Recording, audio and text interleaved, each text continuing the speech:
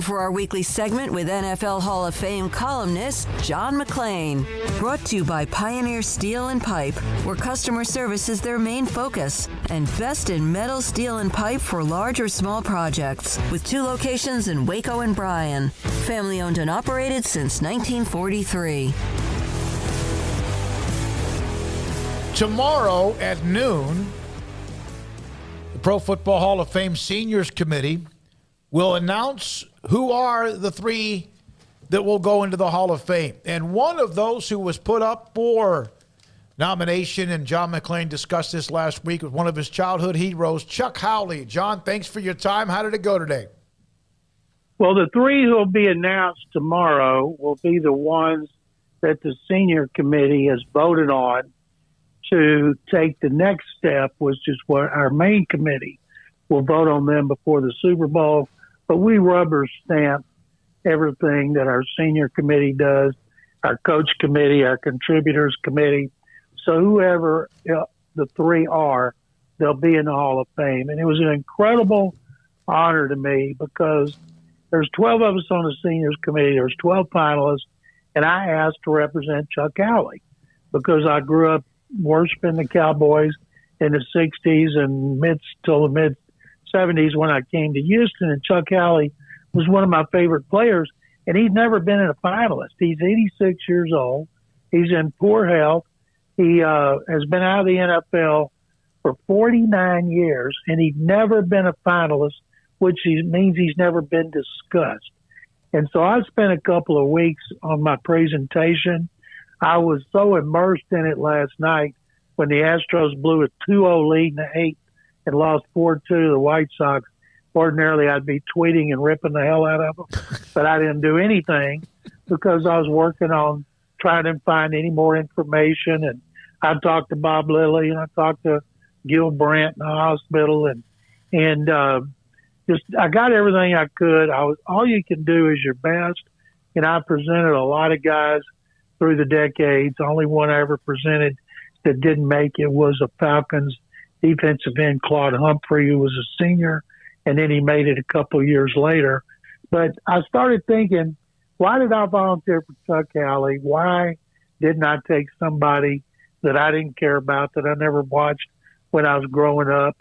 And I called a couple of friends of mine here, like Gary Horn. We grew up together in Waco, diehard Cowboy fans. Told him how nervous I was presenting him. I said, it's hard for me to fathom that I was used to sit on the floor watching Chuck Howley and Bob Lilly, fathom how I got from there to here, where I'm talking to Bob Lilly and I'm presenting Chuck Howley to the Pro Football Hall of Fame. It just doesn't register, and I'm hoping like crazy when they make that announcement tomorrow that the 86-year-old Howley finally gets in.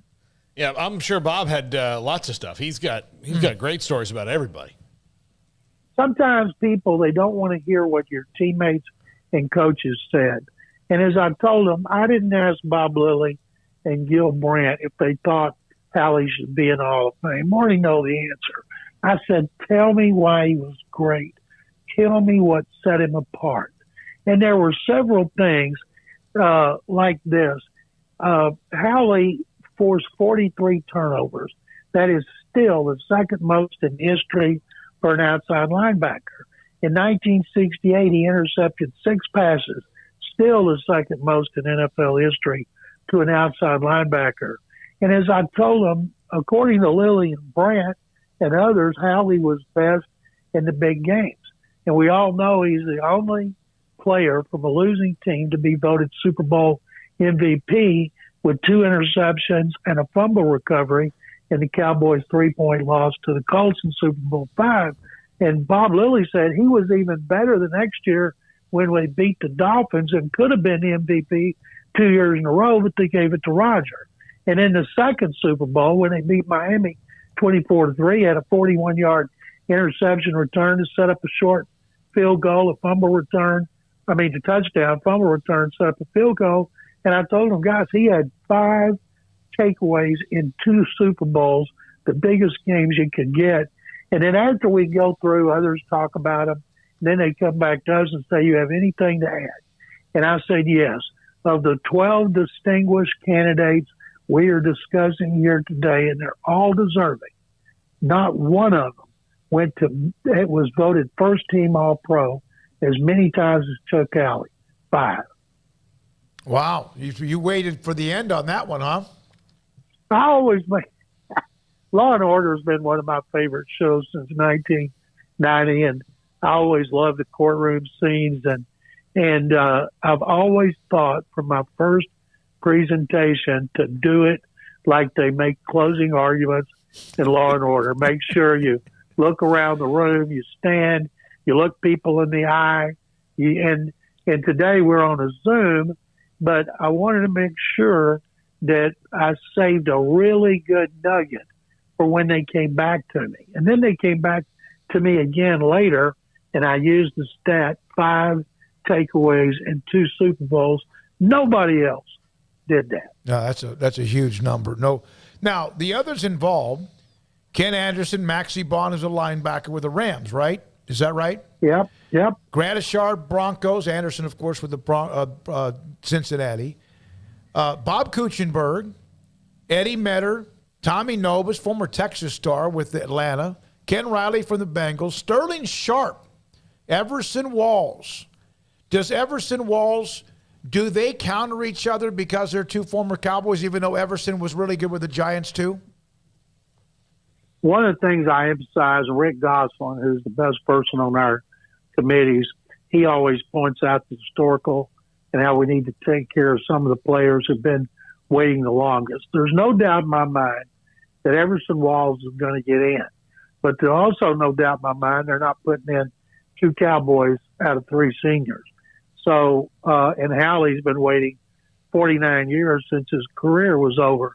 Sterling Sharp played 7 years, was a great receiver, and a neck injury ended his career early, and he hadn't made it because he didn't have a long career. But we have started taking care of players who were great and had short careers. Terrell Davis, Tony Baselli. We've done them in 2 of the last 5 years, and so I believe Sharp will get it at some point. And Ken, you mentioned Ken Riley, a Bengals cornerback. He played 15 years, and he is still 5th in NFL history in interceptions. And he was a ball hawk, and I covered him my first 4 years in the league. And yet he's been overlooked all these years. Bob Kuechenberg, guard from the Dolphins, I think it hurts them. The Dolphins already have 2 offensive linemen in there. And even though he was great, I'd be surprised if we put in 3 offensive linemen from one team. Like the great Steeler dynasties, there's 1, Senator Mike Webster. But, and I told a story in there. It was probably like 97, and Tom Landry was at Texas Sports Hall of Fame induction, and he was waiting on a van, take him back to the Hilton. I was there, and I asked him if I could ask him about Cowboys not in the Hall of Fame. He said, yes, if not for publication. And I asked him which one was the most deserving. And this was like 3 years before he died. It was before we put in Bob Hayes, Rayfield Wright, Cliff Harris, Drew Pearson, Gil Brandt, and he said Chuck Howley immediately. And I asked him why, and he started explaining what he did and that he was his greatest in big games. And if that doesn't define a star worthy of the Hall of Fame, I don't know what does. And I never thought at the time it would be Howley. I actually thought he was going to say Bob Hayes. That's who I was looking for. But I always stored that and thought if Chuck Howley ever gets in the room, I'm going to tell the people that quote from Tom Landry. And I did that today. And Bob Lilly had a great line at the end. He said, let me tell you something. The Doomsday defense would not have been the Doomsday defense without Chuck Howley. And I thought that was pretty profound. John, there was some talk last week of Deshaun Watson, the NFL trying to reach a settlement on the suspension. Do you think that would happen? Boy, you know how to be a buzzkill, Paul. We're talking about something uplifting like the Hall of Fame and the Doomsday defense, and now we got to talk about Watson. It's okay. This is my 6th talk show today, and I've talked about him on all of them. We know people say, well, why did they play him in that first game? They played him because he needed to play. He needed to hear those obscene chants from the fans. He's going to get it everywhere he goes for the rest of his career. And he was not sharp. And when the time comes that his suspension ends and he plays, he's not going to be great right off the bat. He hadn't played since 2020. So I thought it was smart to get him out there. I don't know if they had a set number of plays or if he was so bad they just wanted to get him off the field. But everybody wants this to come to a solution. Now, he could have originally settled 10 games and $10 million fine. He said no. Then it was leaked he'd take $5 million fine and 8 suspensions. But we all know Roger Goodell wants him gone for the season. And if he does, the union will probably sue in federal court, and eventually the judge will kick it back to say, this is why you have a collective bargaining agreement. It says the last word is the commissioner or his designee, and his designee has made his decision. That's what it's going to be. John, on a brighter note, Daniel Snyder. No, I'm just kidding. I'm not going to do that to you. But there was a pretty, good batch of notable plays by Baylor rookies this past weekend. Terrell Bernard had a scoop and score fumble return for a touchdown. Tyquan Thornton got in the end zone. Jalen Pitre was running around. Treston Ebner found his way into the end zone. But on Pitre in particular, anything that you took away from him and his time, I guess, in preseason game number 1, or just the Texans overall for that matter? People are acting like, oh, boy, Jalen Pitre played really well. And I'm like, duh. What did you expect? He did exactly what he was drafted to do. He played around the line of scrimmage. His first hit was a tackle for loss. His second was at the line of scrimmage. He made 2 more tackles. They had him playing special teams. He made a couple of tackles there. He did exactly what you guys and I would expect, because we've watched what he's capable of doing the last 2 years, and he's going to get better. And what blows them away about him is how smart he is. Now, we know that. He stayed in school 5 years. Great players don't stay in school 5 years. He's got a master's degree. He diagnoses things better than a lot of veterans. And I've told people after he was drafted he'd be a captain in his second season, and I still believe that. They love the guy. Now they need to get Derek Stingley on the field. They've been careful with him because of his injury, but when he's been going full speed in practice, he looks really good. They're going to have 4 new starters in the secondary. That's rare, but it's good because the secondary, like the rest of the team, was awful last year. But they've got some players now, and next year they'll have 2 ones. They got 11 picks overall. Year after that, they have 2 ones and 10 picks overall. So there's going to be an influx of talented young players, and Pitre is going to be a really good one. I saw somebody said the odds in Vegas of him being defensive rookie of the year is 7,000 to 1. And I'm thinking, if that's the case, geez, I'll bet that $100 and get wealthy because he's got opportunity. He's got an opportunity to force turnovers, be around the ball.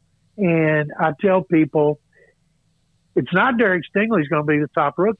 It's not even going to be Jalen Pitre. It's going to be running back Damian Pierce, a 4th-round pick from Florida, who averaged 9 yards a carry on his 5 carries as a 3rd back off the bench.